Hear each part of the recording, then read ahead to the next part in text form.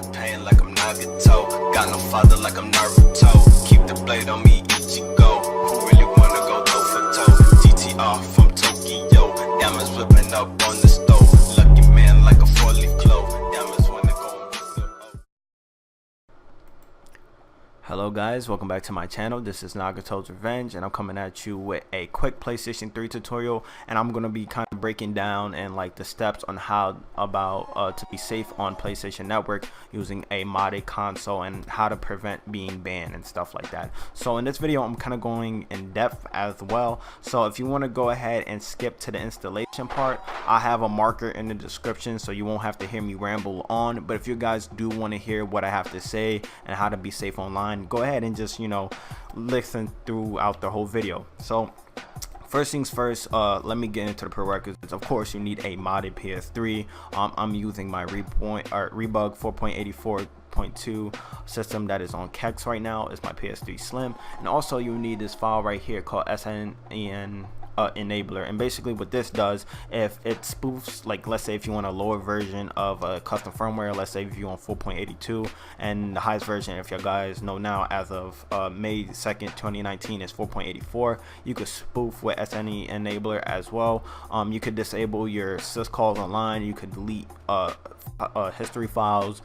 You could basically make your PS3 seem like an official firmware console, which this is what I always do when I try to sync trophies and try to change avatars online and stuff like that, because that's what primarily I do. I don't even play in game on my PS3. I basically make tutorials and play offline most of the time anyways. But with that being said, what you'll need also for this process as well is a FAT32 USB stick, and then make sure you just drag and drop the PKG file and you install it that way.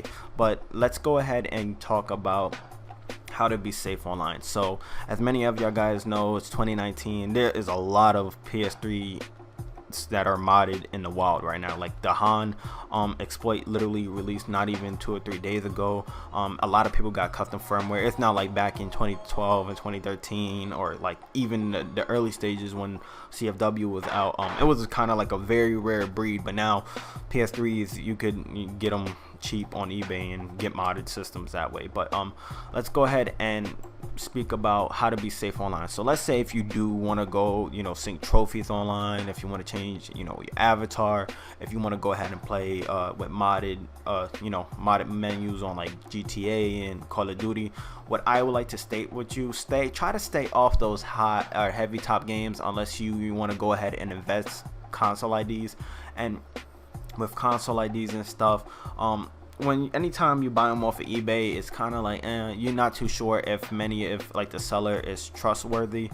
They may sell like another person a console ID to you that they already sold. So imagine if they gave you, like for example, if I sold you a console ID and I just resell the same one, it gets a higher bandwidth since there's 2 PS3s online with a console ID that it shouldn't have, because a console ID is only for your specific PS3, and especially for that PS3, and it's only supposed to be for that one. So if Sony sees 4 or 5 people on the same console ID, they're going to be like, hey, that's a red flag off the back. Another thing is to never ever use homebrew online. So anything like Multiman or any program that is not in the PSN store and is considered i.e. homebrew, even Webman, do not use it online. What I like to do is always run any of my mods and stuff in the background. I disable my internet. I even run a local host from my PC to my PS3 via an Ethernet cord, so my stuff never connects online.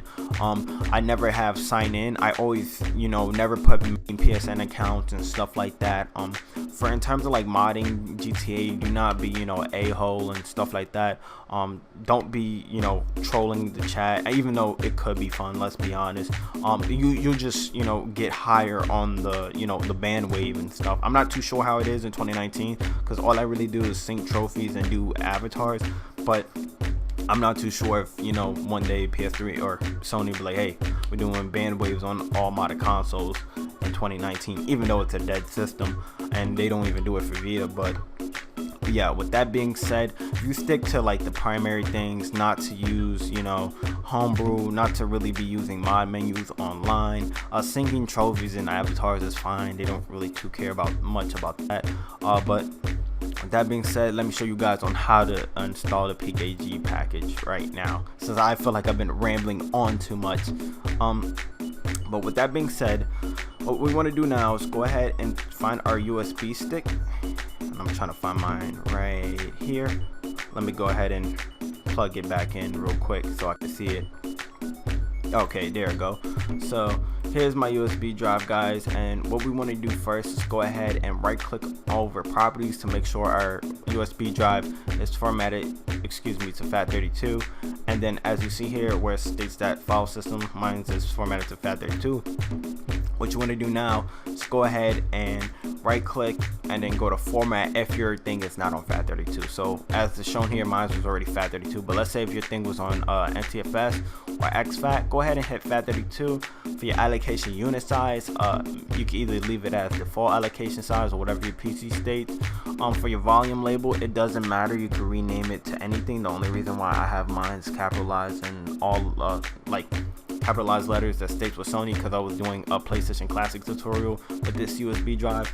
But with that being said, you can just name it to anything. Make sure that you toggle and hit quick format as well, then go ahead and hit start. But you know, major disclaimer, if you go ahead and hit OK, make sure you back up your files, because if you go ahead and you already hit OK, you did lose them. So be sure to back up your files either to a PC or another USB drive. But if it's like a new USB drive and you don't care, just go ahead and hit OK, and then your guys will be on FAT32. Assuming that y'all guys are on FAT32 right now, go ahead and just drag and drop the file into your USB drive.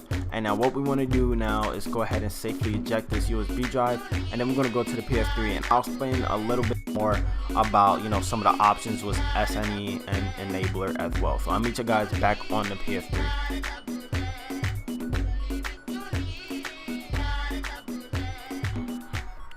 Alright guys, since we're back on the PS3 now, what we want to do is make sure your USB is of course in your PS3 as well. And now what we want to go to is in the games column, go to package manager, and then go to the second option right here called install package files. Go to standard, and then from there we're going to go ahead and install this package file, SEN Enabler. It shouldn't take too long since it's only like 5,475 kilobytes, so it should be pretty fast. And now what we want to do is go ahead and boot into SEN Enabler right here, and then I'll show you guys all the steps on how to take certain precautions.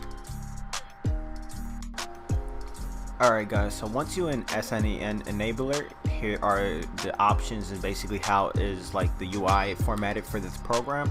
The first option here, you could delete history files, and when you do that, you'll get a beep over your PlayStation 3.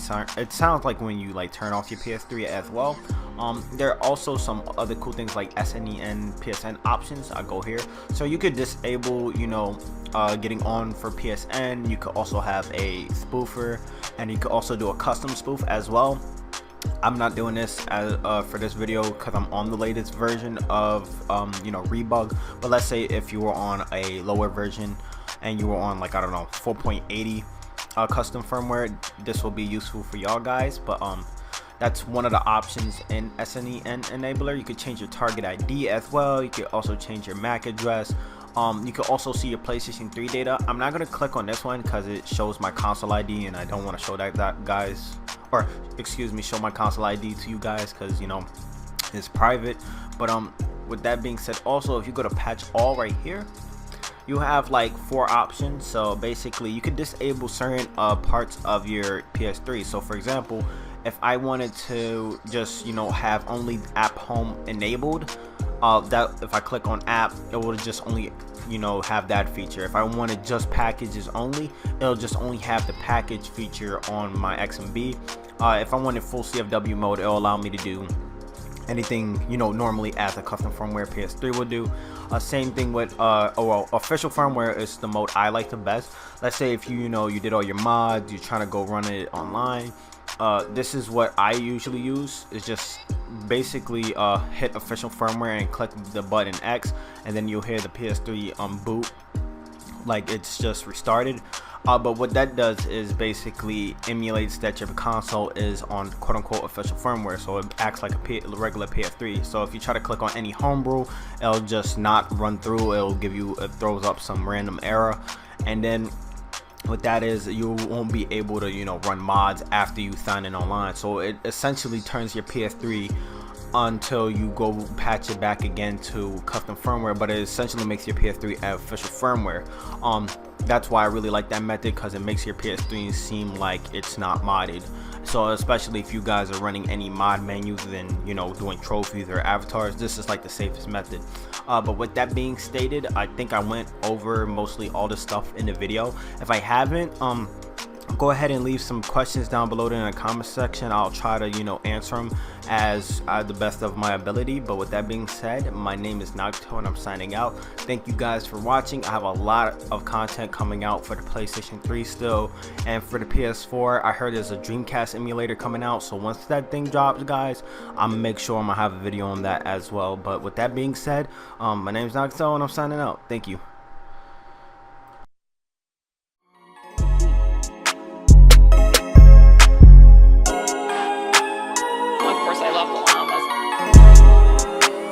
Nice and silky smooth.